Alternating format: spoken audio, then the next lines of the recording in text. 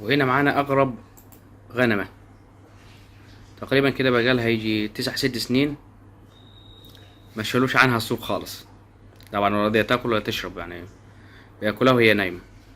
مش عارف كانوا سايبينها فين دي، فاضطروا ان هما طبعا يشيلوها وياخدوها علشان خاطر يعملوها عملية حلق.